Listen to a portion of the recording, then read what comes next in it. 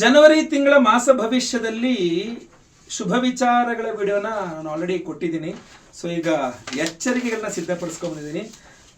ಜನವರಿ ತಿಂಗಳಲ್ಲಿ ಮಕರ ರಾಶಿಯವರಿಗೆ ಒಂದು 5 ಎಚ್ಚರಿಕೆಗಳು. ದಯವಿಟ್ಟು ಈ 5 ತಪ್ಪುಗಳನ್ನು ಮಾಡಬೇಡಿ. ನೀವು ಬಹಳ ಎಚ್ಚರಿಕೆಯಿಂದ ಸಮಸ್ಯೆ ಆಗ್ಬೋದು ಅಂತ ಪರಿಹಾರಗಳನ್ನು ಸಹ ಹೇಳ್ತೇನೆ. ಪ್ರತಿ ಸಿಂಪಲ್ ಪರಿಹಾರ, ವಿಶೇಷ ಪರಿಹಾರಲ್ಲೂ ಸಹ ಹೇಳ್ತೇನೆ. ನಮಸ್ಕಾರ, ನಾನು ವಿಠಲ್ ಭಟ್ ಮಾತಾಡ್ತಾ ಇರ್ತಕ್ಕಂಥದ್ದು. ನಮ್ಮ ಚಾನಲ್ಗೆ ಮೊದಲನೇ ಸಲ ಬಂದಿದ್ದೀರಾ ಅಥವಾ ಹಲವಾರು ಬಾರಿ ಬಂದಿದ್ದೀರಾ, ಸಬ್ಸ್ಕ್ರೈಬ್ ಮಾಡ್ಕೊಳ್ಳಿ. ಅಂದರೆ ದಯವಿಟ್ಟು ಕೇಳಿ ಸಬ್ಸ್ಕ್ರೈಬ್ ಅಂತ ಬರುತ್ತೆ.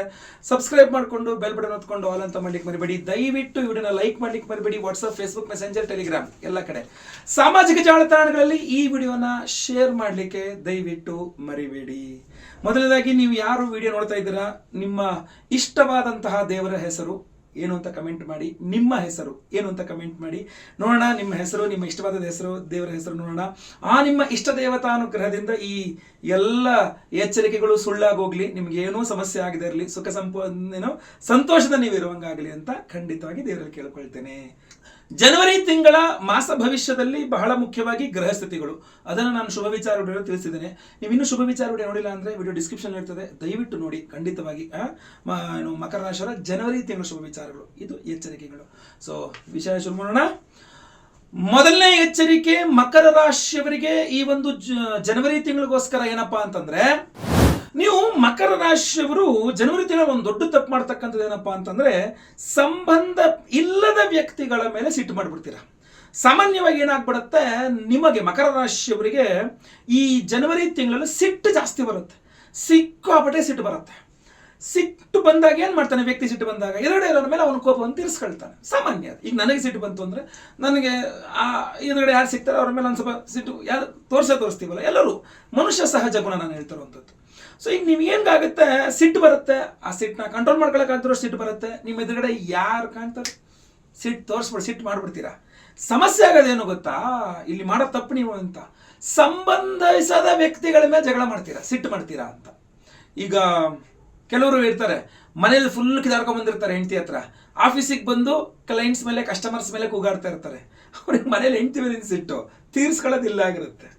ಅರ್ಥದಲ್ವಾ? ಈ ತರ ಉಲ್ಟಾ ನಾನು ಹೇಳ್ತಿರುವಂಥದ್ದು. ಸೊ ನಿಮಗೆ ಬೇರೆ ಯಾರ್ದೋ ಸಮಸ್ಯೆ ಆಗ್ತಿರುತ್ತೆ, ಯಾವುದೋ ವಿಚಾರದ ಮೇಲೆ ಸಿಟ್ಟು ಬರುತ್ತೆ, ಬಟ್ ನೀವೇನ್ ಮಾಡ್ತೀರಾ, ಬೇರೆ ಯಾರ್ದೋ ಮೇಲೆ ಸಿಟ್ಟು ತೋರಿಸ್ತೀರಾ, ಸಿಟ್ಟು ಮಾಡ್ತೀರಾ, ತುಂಬಾ ಉಗ್ರ ಪ್ರತಾಪವನ್ನು ತೋರ್ಸಕ್ ಹೋಗ್ತೀರಾ. ಇದು ನಿಮಗೆ ತುಂಬಾ ದೊಡ್ಡ ಸಮಸ್ಯೆಯನ್ನ ಕ್ರಿಯೇಟ್ ಮಾಡುತ್ತೆ. ಜನವರಿ ತಿಂಗಳಲ್ಲಿ ಇಲ್ಲದೆ ಇರುವಂತಹ ಹೊಸ ಸಮಸ್ಯೆಗಳಿಗೆ ಕರ್ಕೊಂಡು ನಿಲ್ಸ್ಬಿಡುತ್ತೆ ನಿಮ್ಮನ್ನ. ಸೊ ಇದರಿಂದ ದಯವಿಟ್ಟು ನೀವು ಹೊರಗೆ ಬರಲೇಬೇಕು. ಇದ್ರ ಹೊರಗೆ ಬರೋದೇನು, ಇದ್ರ ಒಳಗಡೆ ಹೋಗಬಾರ್ದು. ನೀವು ಈ ಸಮಸ್ಯೆಯಲ್ಲಿ ಸಿಲ್ಕೊಳ್ಳೇಬಾರದು. ನೀವು ಆ ತರ ನಿಮ್ಮನ್ನ ನೀವು ಕಾಪಾಡಿಕೊಳ್ಳಲೇಬೇಕು. ಈ ಕಿರಿಕಿರಿ, ವಿಘ್ನಗಳು, ಇದೆಲ್ಲ ಸಮಸ್ಯೆ ಆಗ್ತಕ್ಕಂಥದ್ದು ಕೇತುವಿನಿಂದ. ಮಕರ ರಾಶಿಯವರಿಗೆ ಭಾಗ್ಯಸ್ಥಾನದಲ್ಲಿಯೇ 9ನೇ ಮನೆಯಲ್ಲಿ ಕೇತು ಕೂತ್ಕೊಂಡಿರ್ತಾನೆ, ಮೇ ತನಕನೂ ಕೂತಿರ್ತಾನೆ. ಸೊ ಕೇತುವಿನ ಆರಾಧನೆ ಮಾಡ್ಕೊಳ್ಳೋದ್ರಿಂದನೂ ಸ್ವಲ್ಪ ಕಂಟ್ರೋಲಿಗೆ ಬರ್ತದೆ. ಇದು ನೀವೇನ್ ಮಾಡಬಹುದು, ಪ್ರತಿದಿನ ಬೆಳಗ್ಗೆ ಎದ್ದು ಕೇತು ಅಷ್ಟೋತ್ತರ, ಗಣಪತಿ ಅಷ್ಟೋತ್ತರ ಓದ್ಕೋಬಹುದು. ಮನೆ ಹತ್ರದಿರೋ ಗಣೇಶನ ದೇವಸ್ಥಾನಕ್ಕೆ ಹೋಗಿ ಒಂದು 21 ಪ್ರದಕ್ಷಿಣೆ ನಮಸ್ಕಾರ ಮಾಡ್ಕೊಂಡು ಬರ್ಬೋದು. ನಿಮ್ ಕೈಲಿ ಏನಾಗುತ್ತೋ ಅದು ಕೇತುವಿನ ಆರಾಧನೆ ಮಾಡಬಹುದು. ಇಲ್ಲ ಇನ್ನು ವಿಶೇಷವಾಗಿ ಪವರ್ಫುಲ್ ಆಗಿ ಬೇಕಾ, ಕೇತು ಜಯಂತಿ ಇದೆ, ಡಿಸೆಂಬರ್ 30ನೇ ತಾರೀಕೆ ಕೇತು ಜಯಂತಿ ಇದೆ, ಅಮಾವಾಸ್ಯೆ ದಿವಸ.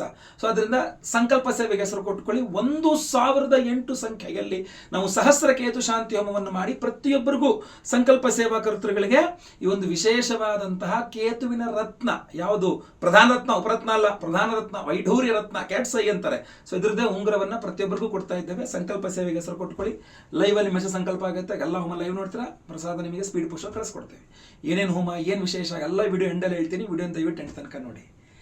ಎರಡನೇ ಎಚ್ಚರಿಕೆ, ಮಕರ ರಾಶಿಯವರಿಗೆ ಜನವರಿ ತಿಂಗಳಿಗೋಸ್ಕರ ಏನಪ್ಪಾ ಅಂತಂದ್ರೆ, 21ನೇ ತಾರೀಕಿನ ತನಕ ಸಪ್ತಮದಲ್ಲಿ ಕುಜಗ್ರಹ ನೀಚ ಸ್ಥಿತಿಯಲ್ಲಿರ್ತಾನೆ. ದಯವಿಟ್ಟು ಹೇಳ್ತೀನಿ, ನೀವೇ ವಾಹನ ಓಡಿಸೋ ಕೆಲಸ ಮಾಡಬೇಡಿ. ನೀವೇ ಗಾಡಿ ಓಡಿಸ್ಲಿಕ್ಕೆ ಹೋದ್ರೆ ಈ ಜನವರಿ ತಿಂಗಳಲ್ಲಿ, ಅದು 21ನೇ ತಾರೀಕಿನ ತನಕ, 21ನೇ ತಾರೀಕಿನ ತನಕ ಆದಷ್ಟು ಸಾರ್ವಜನಿಕ ವಾಹನವನ್ನ ಬಳಸಿ. ಅಂದ್ರೆ ಬಸ್ಸು, ಆಟೋ, ಈ ತರ ಸಾರ್ವಜನಿಕ ವಾಹನ, ನಿಮ್ ಜೊತೆಗೆ ಇನ್ನೊಂದು 2-3 ಜನ ಕೂತ್ಕೊಳ್ಳೋತ್ರ ಆ ತರ ಸಾರ್ವಜನಿಕ ವಾಹನ ಬಳಸಿ. ಗೊತ್ತಲ್ವಾ? ಇಲ್ಲ ನೀವು ಬಸ್, ಆಟೋಲ್ ಹೋಗೋರ, ನೀವು ಕಾರಲ್ಲೇ ಓಡಾಡ್ತಾವಂತ ಜನನ ಕ್ಯಾಬ್ ಬುಕ್ ಮಾಡ್ಕೊಳ್ಳಿ. ನೀವೇ ಬೈಕಲ್ಲಿ ಹೋಗುವಂಥದ್ದು, ನೀವೇ ಕಾರ್ ಓಡಿಸ್ಕೊಂಡು ಹೋಗುವಂಥದ್ದು ಆದಷ್ಟು 21ನೇ ತಾರೀಕಿನ ತನಕ ಅವಾಯ್ಡ್ ಮಾಡಿ. ಇಲ್ಲ ಅಂದರೆ 7ನೇ ಮನೆಯಲ್ಲಿ ನೀಚ ಸ್ಥಿತಿಯಲ್ಲಿರ್ತಕ್ಕಂಥ ಕುಜನಿಂದಾಗಿ ಪ್ರಯಾಣದಲ್ಲಿ ನಿಮಗೆ ಆಕ್ಸಿಡೆಂಟ್ಗಳಾಗೋದು, ಚಿಕ್ಕ ಸಮಸ್ಯೆ ಆಗುವಂಥದ್ದು. ಇದರಲ್ಲಿ ಇನ್ನೂ ಒಂದು ವಿಚಾರ ಹೇಳ್ತೇನೆ. ನೀಚ ಸ್ಥಿತಿಯಲ್ಲಿ ಕುಜ ಇದು ಯಾವ ಥರ ಸಮಸ್ಯೆ ಕೊಡುತ್ತೆ ಅಂತಂದರೆ, ಈ ಆಕ್ಸಿಡೆಂಟ್ಗಳಾದಾಗ ಕೆಲವಿಷ್ಟು ಎಲ್ಲೂ ಬರೀದೇ ಇರತಕ್ಕಂಥ ಕೆಲವಿಷ್ಟು ರೂಲ್ಗಳಿದಾವೆ. ಯಾವ ದೊಡ್ಡ ಗಾಡಿನೋ ಅವ್ರದೇ ತಪ್ಪು ಅಂದ್ಬಿಡೋದು. ಯಾವ ಈ 2 ಗಾಡಿ ಆಕ್ಸಿಡೆಂಟ್ ಆಯಿತು ಅಂದರೆ ಅದರಲ್ಲಿ ದೊಡ್ಡ ಗಾಡಿ ಯಾವುದೋ ಅವ್ರದೇ ತಪ್ಪು ಅಂದ್ಬಿಡೋದು, ಚಿಕ್ಕ ಗಾಡಿ ತಪ್ಪಿಲ್ಲ ಅಂದ್ಬಿಡೋದು. ಅದೇನು ರೂಲ್ ಅಂತ ನಾನು ಹೇಳ್ತಿರೋದು. ಆ ಥರ ಸಿಚುವೇಶನ್ಸ್ಗಳು ಕ್ರಿಯೇಟ್, ನಿಂದೆ ದೊಡ್ಡ ಗಾಡಿ ನಿಂದೆ ತಪ್ಪು ಅಂತ. ಸೊ ಆ ಥರ ಸಮಸ್ಯೆಗಳು ಅಂದರೆ ನಿಮ್ಮದೇ ತಪ್ಪಿಲ್ಲ. ಇವಾಗ ಯಾವುದೋ ಒಂದು ನೀವು ಗಾಡಿ ತಗೊಂಡು ಹೋದ್ರಿ, ಎಲ್ಲೊಂದು ಆಕ್ಸಿಡೆಂಟ್ ಆಯಿತು, ನಿಮ್ಮ ತಪ್ಪು ಏನಿರೋದಿಲ್ಲ ಆಕ್ಸಿಡೆಂಟಲ್ಲಿ, ಆದರೂ ಕೂಡ ನಿಮ್ಮದೇ ತಪ್ಪು ಅಂತಾಗಿ ಅದರದ ನಿಮಗೆ ಏಟುಗಳೂ ಆಗಬಹುದು. ಜೊತೆಗೆ ಅಲ್ಲಿ ಎದುರುಗಡೆ ಯಾರಿಗೆ ಸಮಸ್ಯೆ ಆಗಿದೆ ಅವ್ರದೇ ತಪ್ಪಾದರೂ ಕೂಡ ಅವರಿಗೆಲ್ಲ ಸರಿ ಮಾಡಿಕೊಡ್ಬೇಕಾದಂಥ ಪರಿಸ್ಥಿತಿನೂ ಬರ್ಬೋದು. ಸೊ ಇದು ಥರ ವಿಚಿತ್ರವಾಗಿರ್ತದೆ. ತಪ್ಪೇ ಮಾಡದೇನೆ ಅಲ್ಲೊಂದು ಘಟನೆ ನಡೆದಿರ್ತದೆ, ಅದರಲ್ಲಿ ನಿಮ್ಮ ತಪ್ಪಿರಲ್ಲ, ಎದುರುಗಡೆ ಒಂದೇ ತಪ್ಪಾಗಿರ್ತದೆ, ಆದರೂ ಕೂಡ ನಿಮ್ಮ ತಲೆ ಮೇಲೆ ಬಂದು ನೀವೇ ಅದಕ್ಕೆ ಪರಿಹಾರ ಮಾಡಿಕೊಡ್ಬೇಕು ಅಂದರೆ ನಿಮಗೆ ಅನ್ಯಾಯ ಇದು ಅಂತ ದುಃಖಿಸ್ತೀರ. ಬಟ್ ಯಾರು ಬಡವರ ದುಃಖ ದವಡೆಗೆ ಮೂಲ ಅನ್ನಂಗೆ. ಅಂದರೆ ಪರಿಸ್ಥಿತಿಗಳಂಗಿದ್ದಾಗ, ಗ್ರಹಸ್ಥಿತಿಗಳಂಗಿದ್ದಾಗ ಏನೂ ಮಾಡೋಕ್ಕಲ್ಲ. ಕುಜನ ಆರಾಧನೆ ಮಾಡ್ಕೊಳ್ಳಿ, ಕುಜ ಅಷ್ಟೋತ್ರ ಪಠನೆ ಮಾಡಿ. ಸುಬ್ರಹ್ಮಣ್ಯನ ದೇವಸ್ಥಾನ ಇದ್ದರೆ ಹೋಗಿ ಒಂದು ಕೆಂಪು ವಸ್ತ್ರದಲ್ಲಿ ತೊಗರಿಬೇಳೆ ಅಲ್ಲಿ ಸಮರ್ಪಣೆ ಮಾಡಿ ಬನ್ನಿ. ಸುಬ್ರಹ್ಮಣ್ಯನ ದೇವಸ್ಥಾನ ಒಂದು ಪಂಚಾಮೃತ ಅಭಿಷೇಕ ಮಾಡಿಸಿ, ನಿಮ್ಗೆ ಏನಾಗುತ್ತೋ ಅದು ಮಾಡಿಸಿ. ಇಲ್ಲಾಂದರೆ ಆಂಜನೇಯನ ಆರಾಧನೆ ತುಂಬ ಪವರ್ಫುಲ್ ಆಗಿರುತ್ತೆ. ಒಂದು ವಿಶೇಷವಾದ ಮಂತ್ರ ಈ ವಿಡಿಯೋ ಎಂಡಲ್ಲಿ ನಿಮ್ಗೊಂದು ವಿಶೇಷವಾದಂತಹ ಆಂಜನೇಯ ಸ್ವಾಮಿಗೆ ಮಂತ್ರ, ಬರೇ ಆಂಜನೇಯ ಅಲ್ಲ, ಶತ್ರು ನಿವಾರಕ ಪಂಚಮುಖಿ ಆಂಜನೇಯ ಸ್ವಾಮಿಗೆ ಒಂದು ವಿಶೇಷವಾದ ಮಂತ್ರವನ್ನು ಈ ವಿಡಿಯೋ ಎಂಡಲ್ಲಿ ಕೊಟ್ಟಿದ್ದೀನಿ. ದಯವಿಟ್ಟು ಆ ಮಂತ್ರವನ್ನು ಡೈಲಿ ಒಂದು 28 ಸಲ ಕೇಳಿಸ್ಕೊಳ್ಳಿ. ₹1 ಖರ್ಚಿಲ್ಲ. ಇಲ್ವಾ? ಅದನ್ನು ಬರ್ಕೊಂಡು ನೀವು ಕೂತ್ಕೊಂಡು ಜಪ ಮಾಡಿ, ಅದನ್ನು ಬಯಟ್ ಮಾಡ್ಕೊಂಡು ಕೂತ್ಕೊಂಡು ಜಪ ಮಾಡಿ, 108 ಸಲ ಜಪ ಮಾಡಿ ಆ ಮಂತ್ರವನ್ನು. ಪವರ್ಫುಲ್ ಆಗಿರತಕ್ಕಂಥದ್ದು. ಯಾವ ಶತ್ರುಬಾಧೆ ಈ ಥರದ್ದು ಏನು ಸಮಸ್ಯೆಗಳೆಲ್ಲ ಬರೆದಂಗೆ ನೋಡ್ಕೊಳ್ತದೆ ಆಯ್ತಲ್ವಾ? ಇದು ನೆನ್ಪಿಟ್ಕೊಳ್ಳಿ ನೀವು. ಓಕೆ, ಬಟ್ ಇದಕ್ಕಿನೂ ಪವರ್ಫುಲ್ ಒಂದು ಬೇಕು ಅಂತಂದ್ರೆ ಅದೇ ಶತ್ರು ನಿವಾರಕ ಪಂಚಮುಖಿ ಆಂಜನೇಯ ಸ್ವಾಮಿಯ ಮಂತ್ರದ ಹೋಮವನ್ನೇ ಮಾಡ್ತಾ ಇದ್ದೇವೆ. ನೆನ್ಪಿಟ್ಕೊಳ್ಳಿ, ಆ ಮಂತ್ರದ ಶತ್ರು ನಿವಾರಕ ಪಂಚಮುಖಿ ಆಂಜನೇಯ ಸ್ವಾಮಿ ಹೋಮದಲ್ಲೂ ಸಹ ಈ ವಿಶೇಷವಾದಂತಹ ವೈಢೂರ್ಯ ರತ್ನದ ಉಂಗುರ ಅಭಿಮಂತ್ರಣೆ ಆಗಿರುತ್ತೆ. ನಿಮಗೆಲ್ಲರಿಗೂ ಕೊಡ್ತಾ ಇದ್ದೇವೆ. ವಿಡಿಯೋ ಎಂಟು ತನಕ ನೋಡಿ, ಸಂಪೂರ್ಣ ಮಾಹಿತಿ ನಿಮಗೆ ಸಿಗುತ್ತೆ. 3ನೇ ಎಚ್ಚರಿಕೆ ಮಕರ ರಾಶಿಯವರಿಗೆ ಈ ಒಂದು ಜನವರಿ ತಿಂಗಳಿಗೋಸ್ಕರ ಏನಪ್ಪಾ ಅಂತಂದ್ರೆ, ನೀವು ಈ ತಪ್ಪನ್ನು ಮಾಡಬಾರದು. ಯಾವ ತಪ್ಪು ಗೊತ್ತಾ? ತಾತ್ಸಾರ ಮಾಡುವಂಥದ್ದು. ಇವರಿಂದ ಇವರಿಂದ ನನಗೇನಾಗಬೇಕು ಬೇಡ ಅವಾಗ ಅನ್ನೋ ಥರ. ಕೆಲವ್ರನ್ನ ಇವರಿಂದ ನಮ್ಗೇನು ಉಪಯೋಗ ಇಲ್ಲ, ಇವನಿಗೆ ಏನಕ್ಕೆ ನನಗೆ ಬೇಕಾಗತ್ತೆ ಅನ್ನುವ ಒಂದು ಮನೋಭಾವ ಇರುತ್ತೆ, ಸಾಮಾನ್ಯವಾಗಿರುತ್ತೆ. ಆ ಒಂದು ಅಂದರೆ ಇಲ್ಲಗಳೇ ನಾನು ಎಲ್ಲರಿಗೂ ಗೌರವ ಕೊಡ್ತೀನಿ, ಎಲ್ಲರನ್ನೂ ಅದೋಕೆ ನಾನು ಹೇಳ್ತಿರೋದು. ಕೆಲವು ಸಲ ಏನು ಮಾಡ್ತೀನಿ, ಅವಾಯ್ಡ್ ಮಾಡ್ತೀನಿ. ಯಾರಿಂದ ನಮಗೇನು ಕೆಲಸನೇ ಇರಲ್ಲ, ಅವ್ರನ್ನ ಮಾತಾಡ್ಸೋಕೋಲ್ಲ, ಅವ್ರ ಸುದ್ದಿ ನನಗೆ ಅವರಿಂದ ಏನಾಗಬೇಕು, ಅವ್ರು ನನ್ನಿಂದ ಏನಾಗಬೇಕು ಅಂತ ಕೊಟ್ಟೋಗ್ಬಿಡ್ತೀನಿ. ನನ್ನ ತಾಯಿಯವರು ನನಗೆ ಒಂದು ಮಾತನ್ನು ಹೇಳ್ತಿರ್ತಾನೆ, ವಿಡಿಯೋಗಳಲ್ಲಿ ಸಮಸ್ಯೆ ಹೇಳಿದ್ದೀನಿ. ಬೇಡ ಅಂದ್ಕೊಂಡು ಹುಲ್ಕಟ್ಟೆ ಬೇಕಾಗತ್ತೆ ಅಂತಂದ್ರೆ ಅವ್ರು ಸ್ವಲ್ಪ ಈ ಹಳ್ಳಿ ಕಡೆಯ ವಾಕ್ಯ ಅದು. ಯಾವುದೋ ಒಂದು ಹಸು ಸಾಕಬೇಕಾದ್ರೆ ಹುಲ್ಲು ಇರ್ತದಲ್ಲ, ಈ ಹುಲ್ಲು ಬೇಡ ಅನ್ಕೊಂಬಿಟ್ಟಿರ್ತಾರಂತ, ಹುಲ್ಲಿನ ಕಟ್ಟು ಆಯ್ತಾ. ಲಾಸ್ಟಿಗೆ ಎಲ್ಲೂ ಹುಲ್ಲು ಸಿಕ್ಕದೆ ಅದನ್ನೇ ಎತ್ಕೊಂಬಂದು ಹಸುಗೆ ಹಾಕ್ಬೇಕಾದ ಪರಿಸ್ಥಿತಿ ಬರುತ್ತಂತೆ.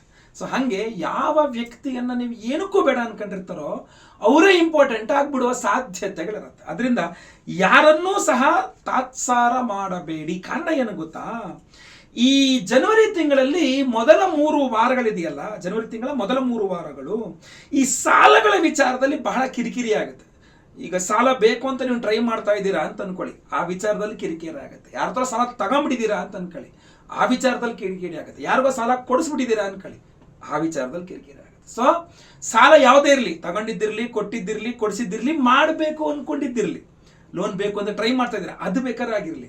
ಸೊ ಇದು ಯಾವುದು ಬೇಕಾದ್ರೂ ಆಗಿರಲಿ, ಸಾಲಗಳ ವಿಚಾರದಲ್ಲಿ ಮಕರ ರಾಶಿಯವರಿಗೆ ಮೊದಲ ಒಂದು 2-3 ವಾರ ಸುಮ್ಮನೆ ಮೇಲಿಂದ ಮೇಲೆ ಕಿರಿಕಿರಿ ಆಗ್ತಾ ಇರುತ್ತೆ.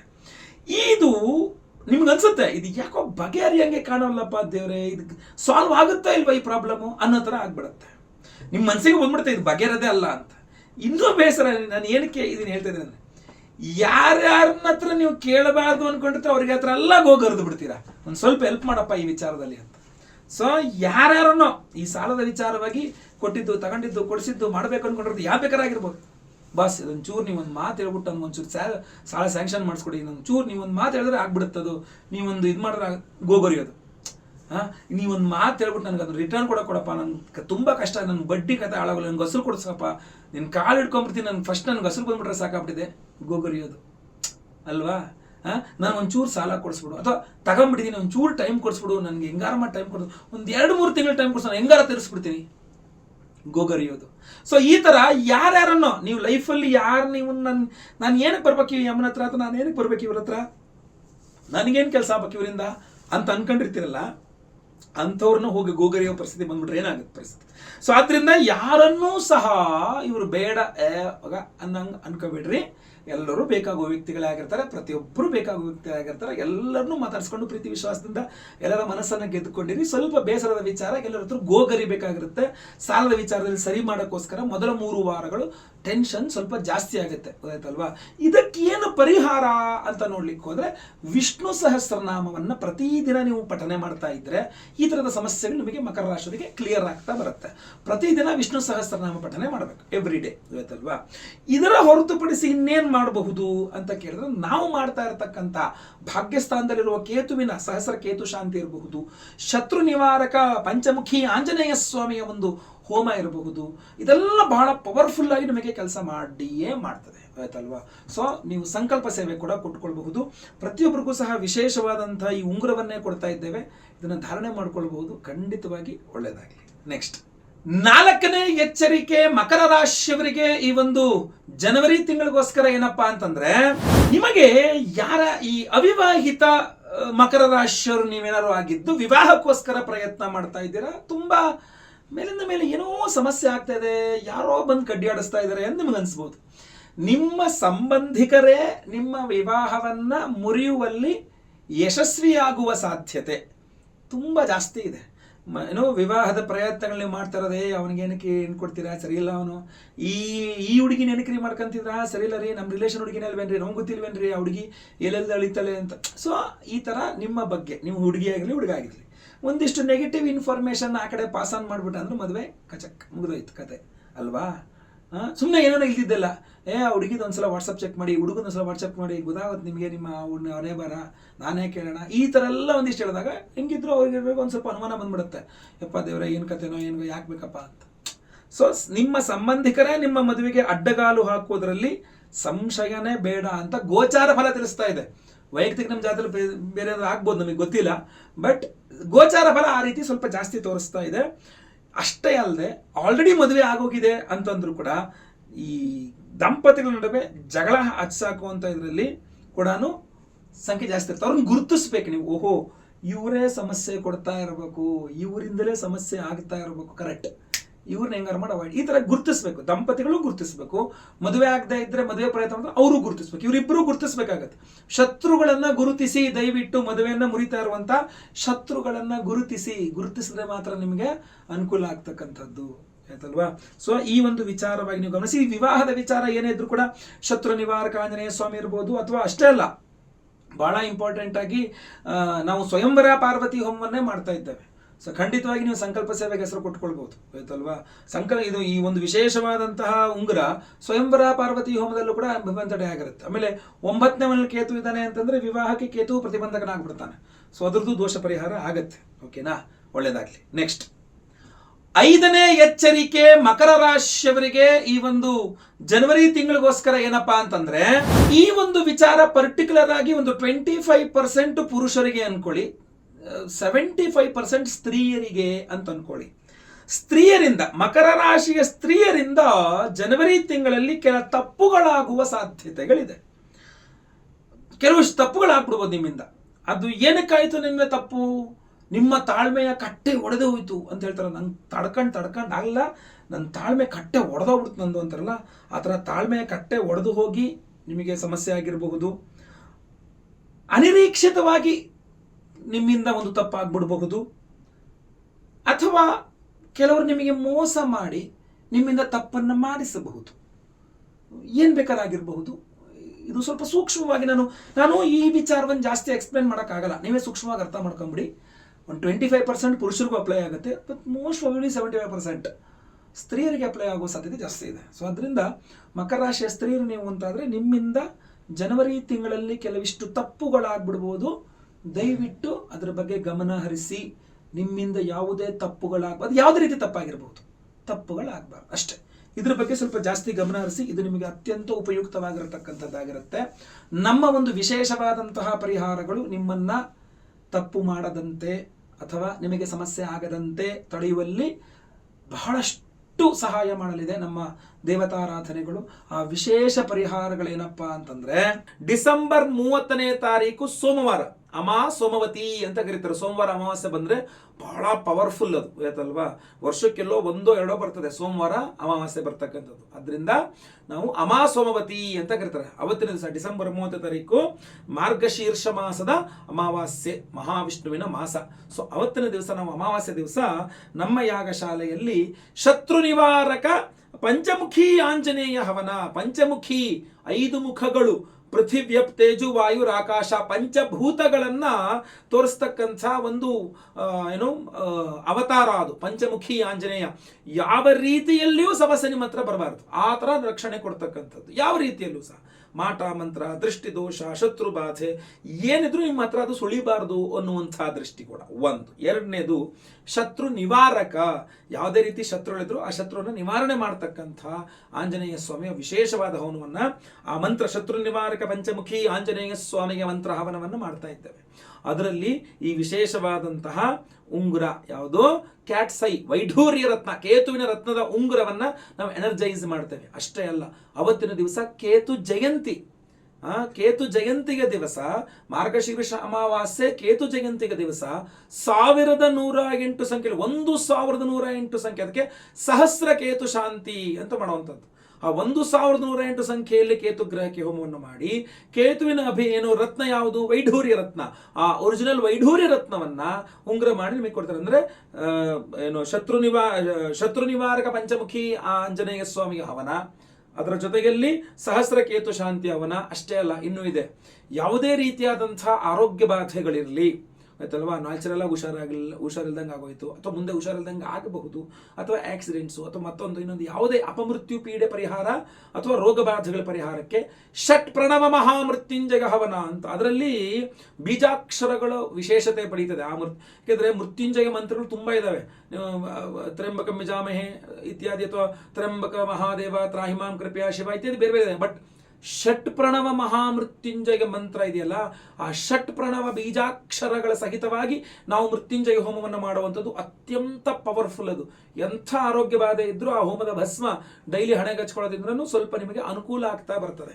ಸೊ ಅದರಿಂದ ಆ ಷಟ್ ಪ್ರಣವ ಮಹಾಮೃತ್ಯುಂಜಯ ಹೋಮದಲ್ಲಿ ಈ ಒಂದು ವಿಶೇಷವಾದ ವೈಢೂರ್ಯ ರತ್ನವನ್ನ ಎನರ್ಜೈಸ್ ಮಾಡ್ತೀವಿ. ಎಷ್ಟೆಲ್ಲ ಹೋಮಗಳು, ಶತ್ರು ನಿವಾರಕ ಪಂಚಮುಖಿ ಆಂಜನೇಯ ಸ್ವಾಮಿ ಹೋಮ, ಸಹಸ್ರ ಕೇತು ಶಾಂತಿ ಹೋಮ, ಆಮೇಲೆ ಷಟ್ ಪ್ರಣವ ಮಹಾಮೃತ್ಯುಂಜಯ ಹವನ. ಅಷ್ಟೇ ಅಲ್ಲ, ಅವಿವಾಹಿತರಿಗೆ ವಿವಾಹ ಸಿದ್ಧಿಯಾಗಬೇಕು, ವಿವಾಹಿತರಿಗೆ ಅನ್ಯೋನ್ಯ ಸುಖ ದಾಂಪತ್ಯ ಜೀವನ ಸಿಗಬೇಕು ಅಂತ ಹೇಳಿ ಸ್ವಯಂವರ ಪಾರ್ವತಿ ಹೋಮವನ್ನು ಮಾಡ್ತಾ ಇದ್ದೇವೆ.